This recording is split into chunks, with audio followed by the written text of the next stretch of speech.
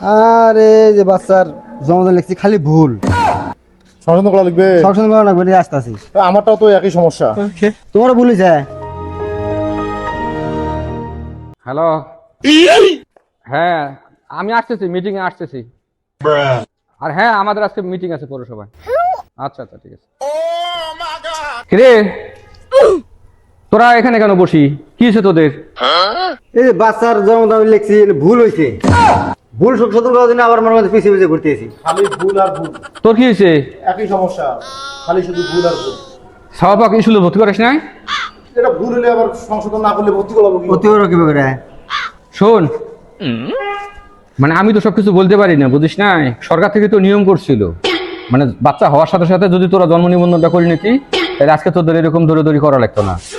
তোরা যে একবারে মানে মূর্খ বা অশিক্ষিত, এই জন্ম নিবন্ধনের ভুলের মাধ্যমে এটা প্রমাণ হইলো, বুঝছিস? তাহলে আমি কি করে রাখবো?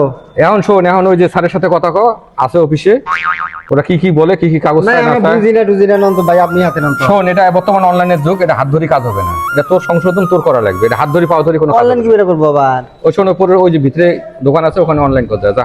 হ্যাঁ আমি আসতেছি, মিটিং এ আসতেছি, দাঁড়াও। আচ্ছা আচ্ছা ঠিক আছে, কোনো টেনশন করিস না।